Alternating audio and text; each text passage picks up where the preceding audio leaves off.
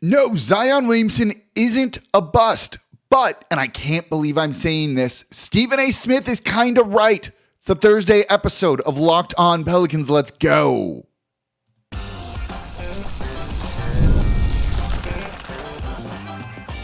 You are Locked On Pelicans, your daily New Orleans Pelicans podcast, part of the Locked On Podcast Network, your team every day.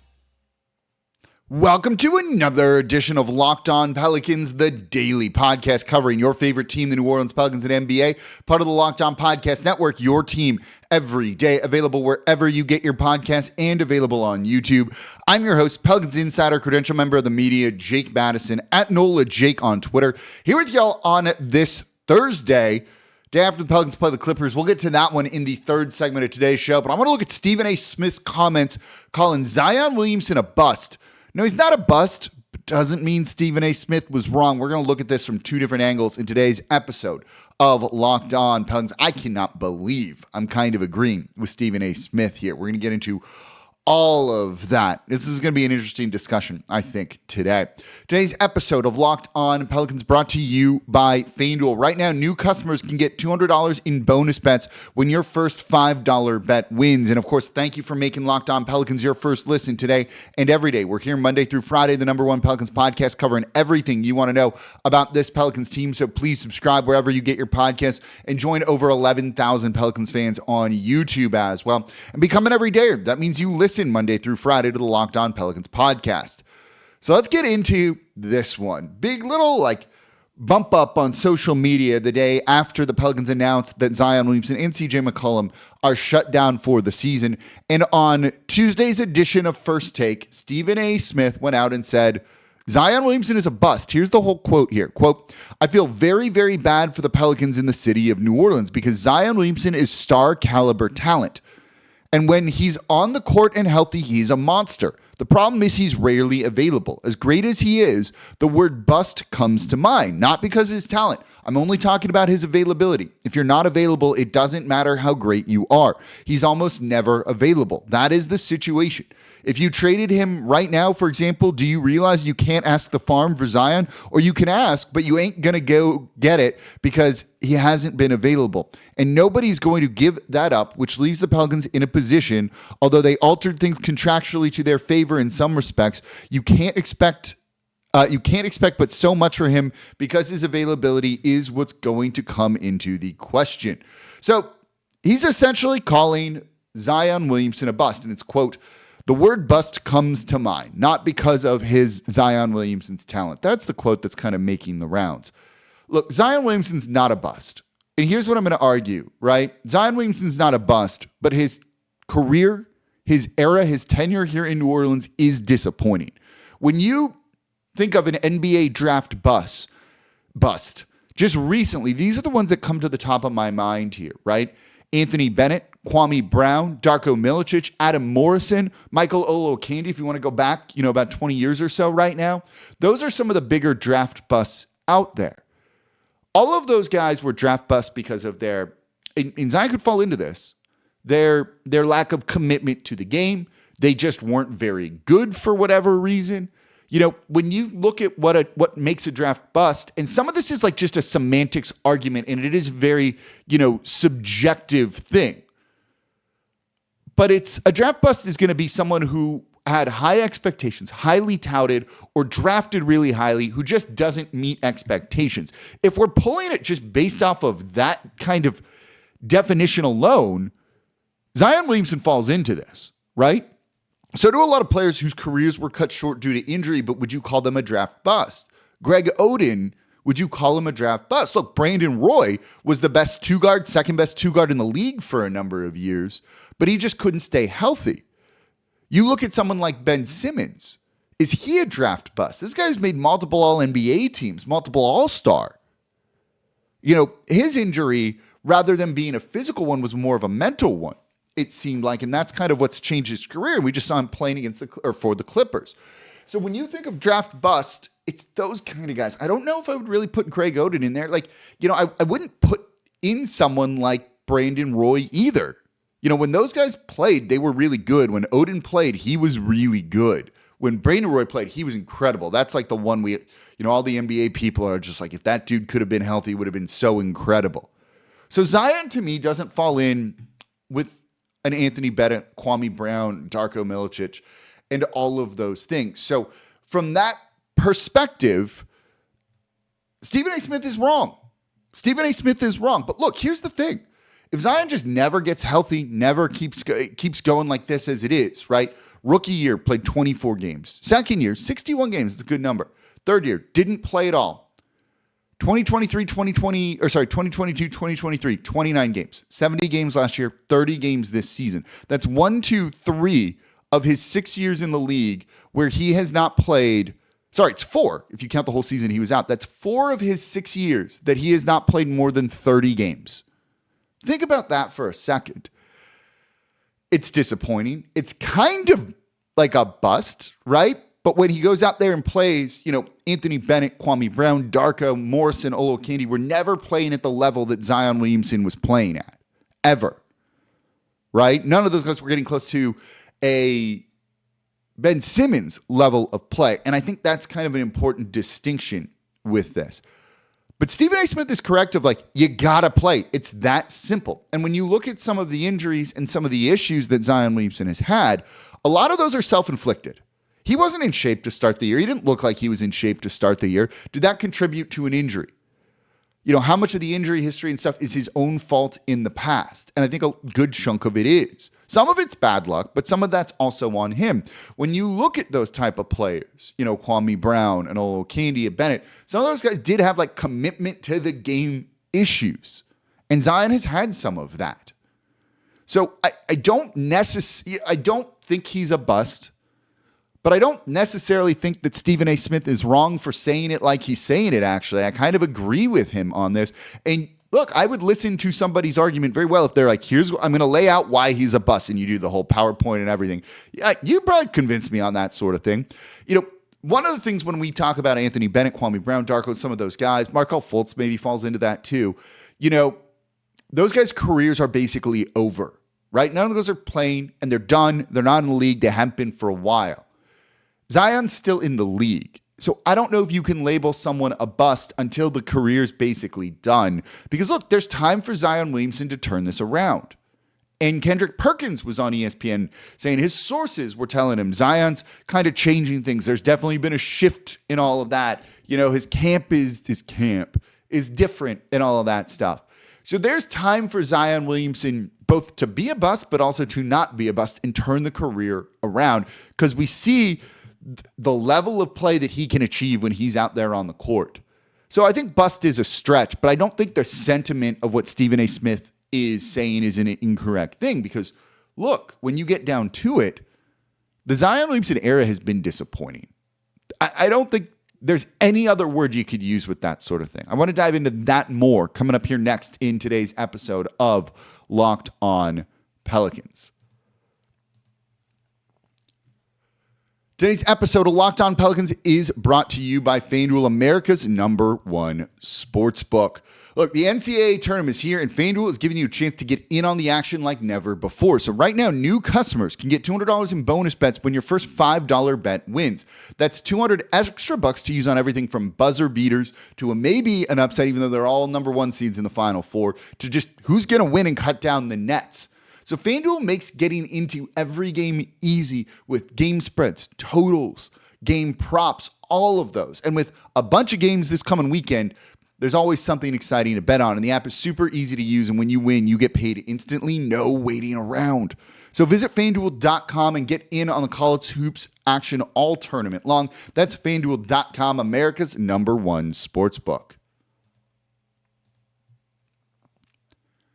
And thank you for making Locked On Pelicans your first listen today and every day. We're here Monday through Friday, the #1 Pelicans podcast, covering everything you want to know about this Pelicans team. So please subscribe wherever you get your podcast and join over 11,000 Pelicans fans on YouTube as well. And become an everydayer. That means you listen Monday through Friday to Locked On Pelicans. Let me know in the comments down below if you're an everydayer. You think Zion's a bust? Do you think Stephen A. Smith is out of pocket for his comments? There's some truth to what he's saying. Let me know what you think. And don't forget about the Locked On Pelicans daily newsletter in your inbox Monday through Friday, one stop for Ultimate Pelicans and league coverage. You want to know a little bit more about the biggest trends, the big stories in the NBA? We got writers for that in those newsletters as well. There's multiple things. Sign up for free now at LockedOnDaily.com. That's LockedOnDaily.com, and start your day with the all-new free Locked On Pelicans newsletter. So we just kind of went over it. I wouldn't call Zion Williamson a bust. That's not the word I use. And I think we're just getting into semantics on this truthfully at this point in time, right? It's a semantics thing. We get the point that Stephen A. Smith is trying to make here. It's more about the availability, and it doesn't matter how good you are if you don't play. Look, Brandon Roy was a dude a ton of people who love the NBA loved. If you're younger, you don't really remember him. That dude was incredible. Second best shooting guard in the league, probably behind Kobe for a period of time. And his career just tragically cut short due to knee injuries that he could just never get over. But he was so good. And it just makes us so sad that we couldn't see him live up to that potential with everything. Zion's kind of going that direction a little bit, I think, here. And so when you think of Brandon Roy, it's not a bust. It's disappointing how it played out. And that's what I think of as we're going to wrap up Zion Williamson's 6th year in the NBA very soon. It's just really disappointing, right? Look, busts don't get the max deal that he got. That's just not how that works. But it doesn't mean it can't be disappointing. And it has been disappointing. Zion Williamson has not played in one playoff game. Not one actual playoff game. And that's awful. It sucks. Not what you want to see whatsoever. It's just unbelievably disappointing that is the case. And a lot of that is just due to, some of it's due to bad luck. A lot of it's due to himself too. And then just other bad luck around the team. But to go 6 years with the number 1 overall pick, who was the most hyped prospect since Anthony Davis. And Anthony Davis was the most hyped prospect since LeBron James. Cooper Flagg coming in is the most hyped prospect, I think, since Zion Williamson, or since Victor Wembanyama, so I shouldn't say that. To not have the team success that you want to have and play in as few games as you are playing, yeah, that's basically just incredibly disappointing, right? And that's not what we've been hoping to see at all. And that's just leading us to having this discussion in the first place. How many games has Zion Williamson missed? Let's see. It doesn't have that number in front of me. It's fine. Doesn't matter. So it's just disappointing. This era was supposed to be, Zion leading the team to a lot of glory. Look, maybe you don't win a title. Winning a title in the NBA is hard. But more than 2 playoff appearances, including one when he was out for the season through the play-in tournament where he was just not healthy and playing in them, isn't it, right? That isn't it. And this Pelicans record with Zion Williamson has not been particularly great the past 6 seasons. So when you look at that, it's just a disappointing result, a disappointing era. And this is going to lead to kind of the next point I want to make here. I think you get one more year of this. I think there's an argument to be made for trading Zion Williamson now.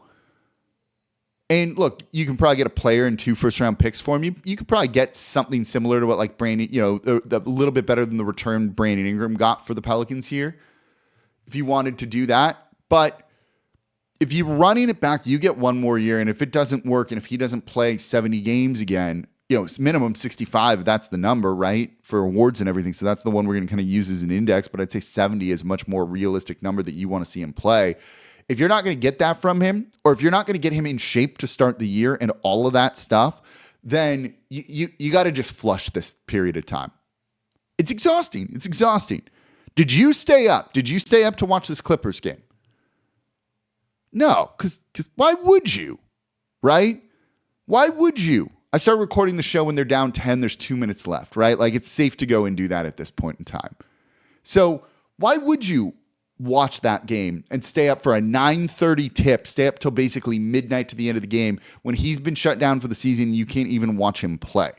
And this is why we talked about it in the show the other day when we were talking about shutting him down. It's it would have been really good to have him play. I get why they did it.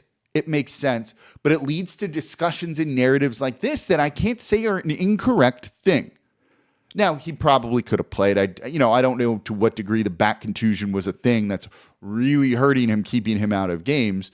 But at the same point, if he could have played, maybe it would have been better to do that sort of thing. Because again, they were 10-20 in the 30 games, the only 30 games that he played this year. So it's not like they were winning tons of games in the first place. But the tanking situation is kind of important, especially with like the dirty things Philly is doing right now. Them and Utah, both those teams, just ew. What they're doing is just angering the basketball gods, hopefully, when it comes to the NBA draft lottery. But this era has been disappointing. Now, they've tried. To this team's credit, they've tried. This is not a group that has just kind of like sat back and been like, whatever, just it is what it is. We're just going to roll with it.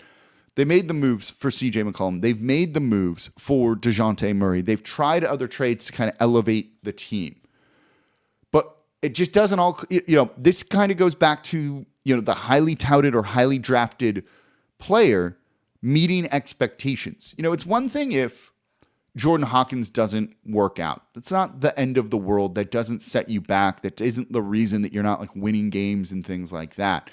But when the number one overall pick just doesn't deliver because he's not out there on the court, and when he plays, he is incredible, right? I've long said I would maybe go down with the Zion. I would go down with the Zion ship. I think you got one more season, and then the ship sank, in my opinion, when it comes down to it.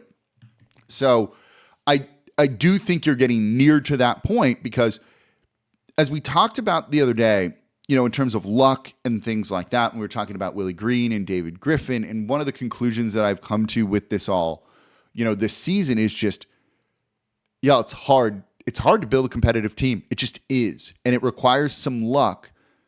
And the luck just hasn't been on the Pelicans side. But if you want to change your luck, you've got to do things differently, right? That idea of like make your own luck kind of thing.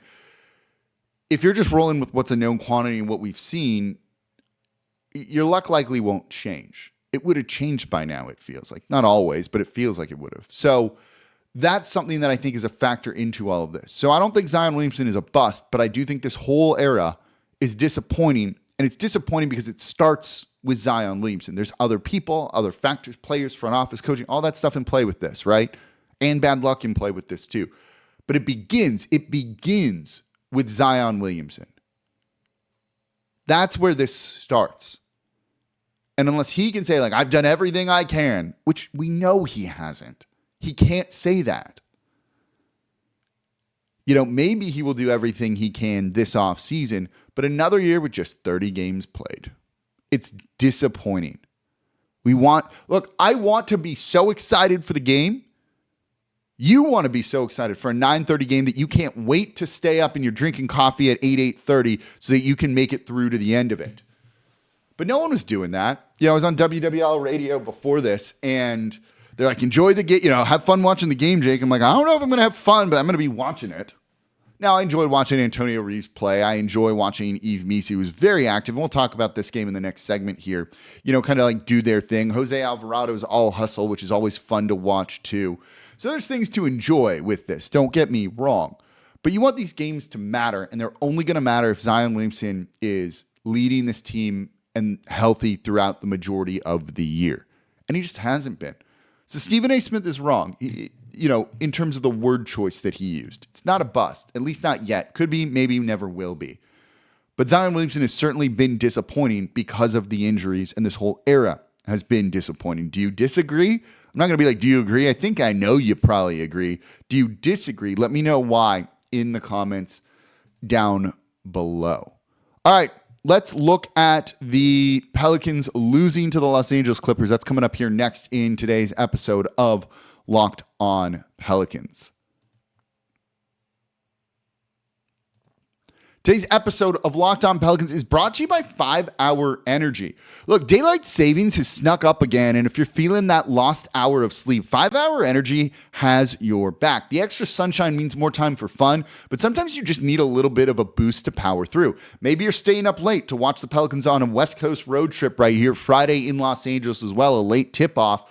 5 Hour Energy is going to help you stay awake watch the game, make it through to the end, and then deliver the best type of podcast that you can deliver after something like this. Maybe you've been staying up late watching the NCAA tournament when that was all going on. So you need a little bit of a boost throughout the day. I get it. Look, I'm going to be a little bit tired tomorrow. I'm going to bed well after midnight after recording the show and doing everything with it. I'm going to need a boost in the afternoon. I also, now that daylight's out there, try and get in that golf round after work. You're tired from working all day. Again, you need a little bit of a pick-me-up. That's where 5-Hour Energy comes in to just help you with all the extra activities that you want to do. So head to 5hourenergy.com to find over 15 flavors to choose from, including watermelon, blue raspberry, and peach mango. You can even build your own 12-pack or 24-pack delivered right to your door. You need one right now. Grab a 5-Hour Energy shot at your local grocery store or convenience store. They're basically everywhere. Stock up and stay energized with 5-Hour Energy. And thank you for making Locked On Pelicans your first listen today and every day. We're here Monday through Friday, the #1 Pelicans podcast, covering everything you want to know about this Pelicans team. So please subscribe wherever you get your podcast and join over 11,000 Pelicans fans on YouTube as well. They're the #1 podcast for a reason here. And don't forget about Locked On Saints. What are they going to do in the draft? I kind of really want a QB. First round, though, but could you get one later? Ross Jackson of Locked On Saints, making sense of everything black and gold. Make them your second listen today, part of the Locked On Podcast Network, your team every day. All right, Pelicans lose to the Los Angeles Clippers, 114-98. That's a 16-point. Vegas knows, y'all. This was a 17.5-point spread per FanDuel. 17.5 comes to 16. It's pretty close to that number, actually. 114-98. The tank rolls on. The tank rolls on. It was closer than you would have expected at some point in this one. The Pelicans keeping it within single digits for much of the second half, it really felt like, actually. They don't give up, right? Like, here's the thing with this. They're tanking. They may win again, beating Charlotte or anything. Some people really upset about that. Do you see who played against Charlotte? It's not like they were trying to throw out a stacked lineup and get an easy win here. They're trying to tank. Your starting lineup was Jose Alvarado, Antonio Reeves, Bruce Brown, and Kelly Olynyk, right? This is not a great starting lineup here. Now, I love Jose. We like these players, but let's not pretend that it's like a world-beating starting lineup that should beat the Los Angeles Clippers, who are starting James Harden, Kawhi Leonard, Norm Powell, who's been incredible this season, and then Zubac, who's also really good. So they're trying to tank. They're trying to tank as a team overall, but the players are not. The players have pride. They want to win. You can't go to the players and be like, we're going to lose on purpose tonight. Jose Alvarado wants to have a long career and future in the NBA. The way you do that is by playing well. 17 points, 10 assists. That dude's just never going to give up. Even if you went to him, we're like, we want you not to win. We want you to turn the ball over, make mistakes, do all of those things. You think he's going to listen to you? There's no way that he would play with anything other than 100% effort out there on the court, right? And he shows that. This is why he's one of the has been largely the most impactful player in terms of on-off numbers for the past couple of seasons here, because he just plays so dang hard for this team and it just elevates people around him. And frankly, I kind of love, that's one of the reasons why I have this, right? He's one of my favorite players on the team because he just never gives up. And you've got to appreciate that kind of quality with him, right? He's 5th in terms of on-off differential right now. They're 5 points better with him on the court versus off the court per 100 possessions. That's a pretty significant number. Zion's at 10.6. Herb Jones is actually 11. Kelly Olynyk plus 16. And then Alfred Payton, which is a fun one, is plus 18. He was, just does his Alfred Payton things off the bench, signing another 10-day contract with the New Orleans Pelicans, by the way, which is just, it's a cool story. Really enjoy having him on the team this season here. So they're going to be closer. They're going to be more competitive than you want or feel comfortable with at times, but you can't ask the players to throw games essentially here. Antonio Reeves in this one did not have the kind of insane shooting that he's had from the field over, the past couple of weeks here.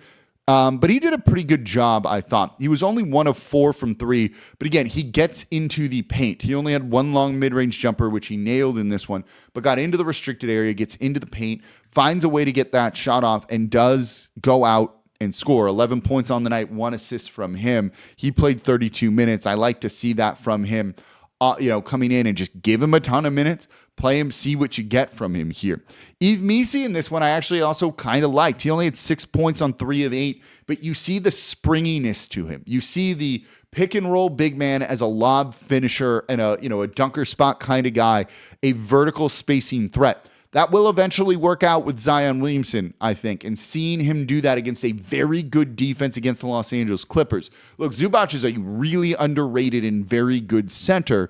To see Missi at least have some success against him in kind of orchestrated plays was something that I liked to see in this one. He also had 10 defensive boards, which was great. The most impressive aspect of his game was probably the 4 assists. This is something I've been noticing from him a little bit more, and we're going to do a show about this. He's got some creation in him.